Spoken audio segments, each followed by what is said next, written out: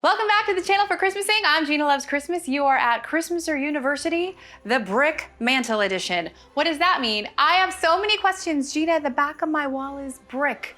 What do I do? But sometimes we can get around it, and I'm not allowed to use a drill. I don't think even Kyle has his drill with him, and I'm going to show you a little workaround. It's not going to work for everybody, but it might work for you. We're gonna solve our dilemma with zip ties. Cable ties, why do people call them two different things? Do you know? They were originally cable ties, but colloquially they became known as zip ties to everyone. Did you just, what? I feel Because they zip together. Everyone feels like you just made that up. I don't know. It's like making a ball garland. Okay, I'm gonna attach my zip ties.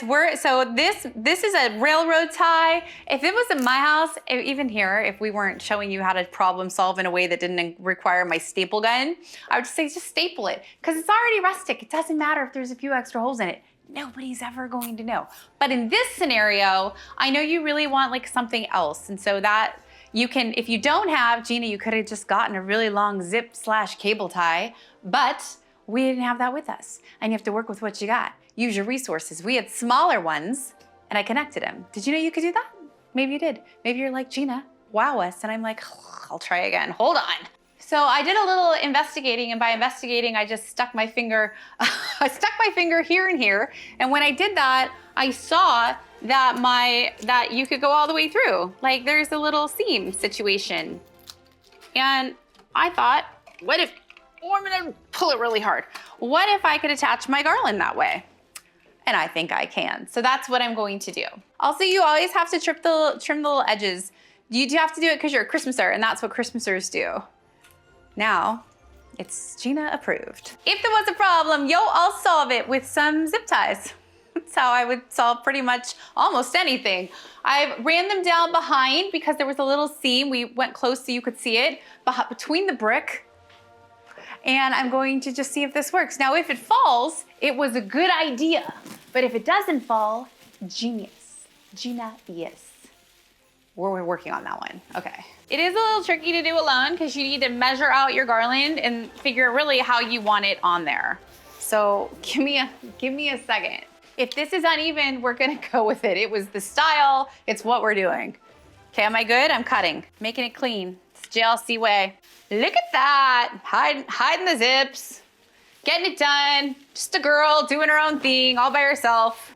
Making your way in the world today takes everything you got. It worked famously, but a little insurance never hurt anybody. And you would be surprised what one staple can do. This is really the pro tip. My entire giant mantle, if you see my mantle at home, my entire mantle is held up with 6 staples. 6, that's it. We are looking good. Battery operated lights are an absolute must unless you have built an outlet into your mantle. And if you haven't done that, that's okay, most people have not. But these are so cheap and easy, get them. And normally I would not run my lights in until the very end, but I'm gonna do it first because there's a lot of lights right here and I want to, and I'm making up the rules as I go. So always my battery pack on the upper right. It's an easy place to find it. It's right by the Christmas tree. They are on a timer and there's a lot of lights. So I'm gonna run them through probably back and forth a couple times. Okay, second pass. Second pass, I'm going on the bottom. Second pass is only on the bottom, getting an outer glow. Third pass, I'm going over the top. Fourth pass, I'm just gonna cut the lights now. I told you it was way too many lights, just kidding. I'm gonna lace them back through.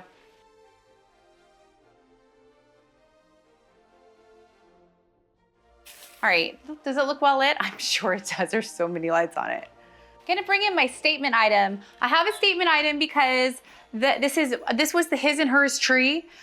Something good for her, something good for him. And he likes this kind of thing. And so I bought this guy. And so he's my mantle mate. And I need to place him now because I'm gonna kind of design the whole look around him. So if he's not placed, then I don't know what would happen. We're not gonna find out though. So I need to figure out where I want him. Okay, he has to stay put. Going to get my ribbon in first. I am using a ritzy velvet in navy. I made this tree to match. Bring my ribbon in over here, almost centered. I know this isn't centered. I'm perfectly off-centered.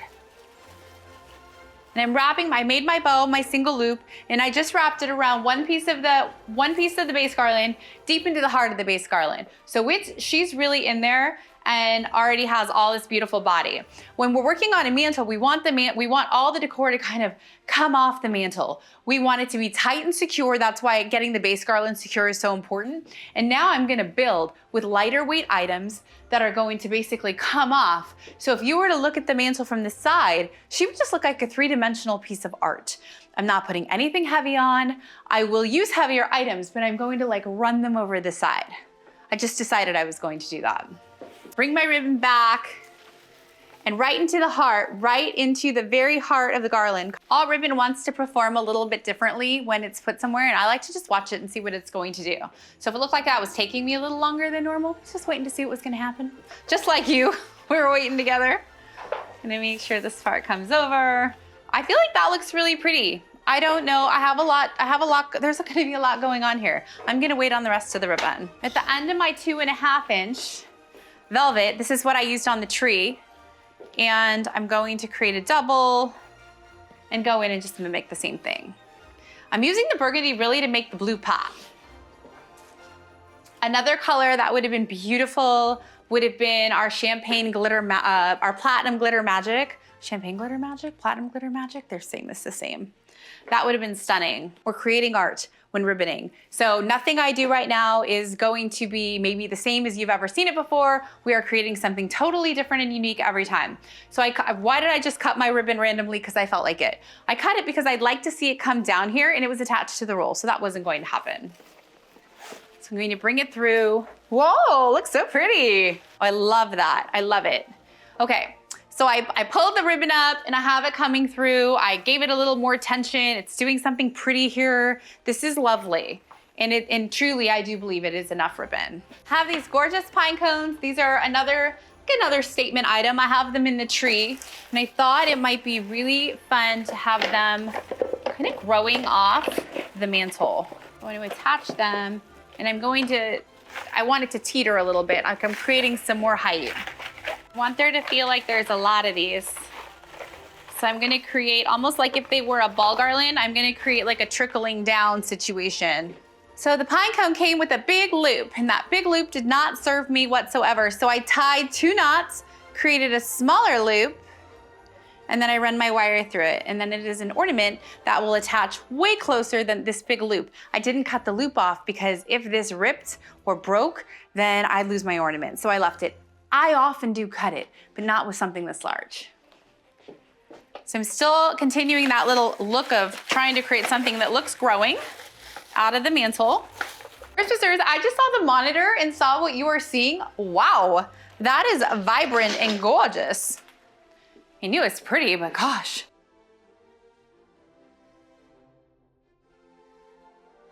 I'm gonna do a little cooking. Just kidding, I'm just gonna use some bowls. A bowl is a fantastic thing to prop something up with. And that's gonna give me the height I need, the control, and put that right where I'd like it. I'm gonna do the same thing on this side. I'm still adding, I have 4 more, I've been told. And if you have 4 more of something, you should just use all of it. Don't be unfun and do the math on how much all the pine cones would cost. Use real ones, go find them. Do it with your family, it'll create lots of memories. Create lots of memories. Thank you so much for Christmasing with me. I'm just kidding, I'm not done yet. Let's put some picks in. First, I'm going in with my cypress picks. This is gonna give it that fresh out of the forest look. Fresh garland is glorious, but fresh garland does not live in all places. So if you want it in your house and you want it to be stunning, this is a really good alternative. Yes, it costs more the first year, but it is always stunning and gorgeous. Definitely is leveled up. I'm popping my picks. They come really flat. We pop them and get a nice pretty shape going. And everywhere you see my base garland, you're not gonna see it anymore. It's gonna look real. If you have really cheap garland, if you're working on a little 8-incher and your garland is not super fancy, this will feel like luxe. But if you are looking for something that looks big and beautiful and literally freshly grown. We are working on the base garland in the wide base so we can build something big. That is the reason to use a wide base garland. When I put my picks in, I'm taking one piece of my base garland, that PVC, I'm grabbing through my pick and I'm putting that PVC down so it holds the pick in. That's how I'm securing it. Why do you keep calling it PVC? Because that's what it is. It's a PVC branch. It's bendy, it's PVC. Not all branches are, and if they are not, then they're not going to be bendy. They're not as good. A PVC branch is a good thing. That's why on a lot of Christmas trees, there are natural branches, beautiful things that look natural at the tip, and then inside you have the PVC. Those bendy PVC branches are good. We want them. I call that when you have a Christmas tree like that, it's a designer's tree. It's a decorator's tree. We've all seen those trees, the viral trees that are all sparkly, but not a single person has ever attempted to decorate it because it's actually not that good of a Christmas tree. There are no bendy branches in it. It's not for decorating. If you want a true designer's, decorator's Christmas tree, you need the realistic, beautiful branches in the front and you need all that bendy stuff in the back. My picks have wire in them too, so I really am like framing them around the pine cones to get it to look like something good's growing through the pine cones. I had 12 of these, so I have to make them count. See, this is the pick before it's been popped. So if you bought something and it just is like, what's happening there? You have to open it up. Releasing the pick is releasing all the good things you paid for.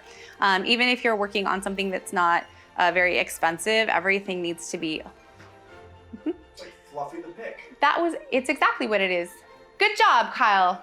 Kyle was just saying he could see why nobody would want to pull apart at this. Like have you broken a piece off yet? He said you feel like it's gonna break it. You're not gonna break it, but if we didn't do this, then all of the beauty that was within this would be lost. For packaging purposes, it's made and then cocooned, but we need to release the picks. Release the picks.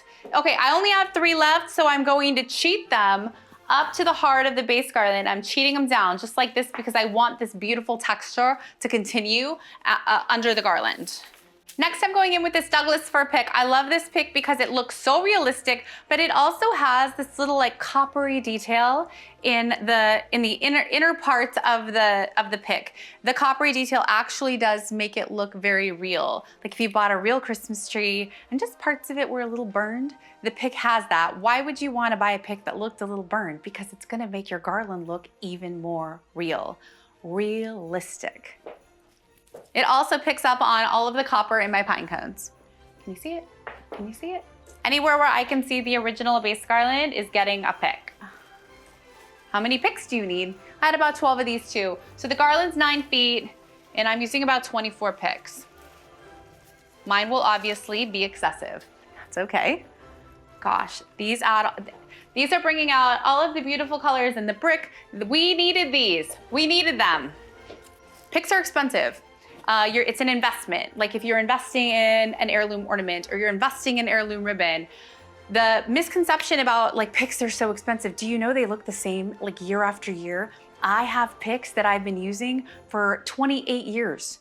The same picks. They don't just go bad. As long as you store them correctly, your picks are going to last, I'm gonna say a lifetime. I'm gonna go as far as to say that. I think our grandchildren will use our picks. That's how confident I am in the quality of the picks. Uh-oh, uh-oh, uh-oh. I'm bringing in some big guns. What's a big gun? This is a different pick. It's a different pick. It's way firmer. It has realistic branches, but then it also has the PVC on the back. What this is going to do is hold one of my pine cones up that's falling because it's so strong. It's going right here. Watch what happens. Do you see that now? And now. I've got some sprays. I'm gonna pull them apart, make some smaller pieces, and I'm gonna run this through. I have it in the tree. It kind of brings the glam back. I know there's a little glam here, but I need this.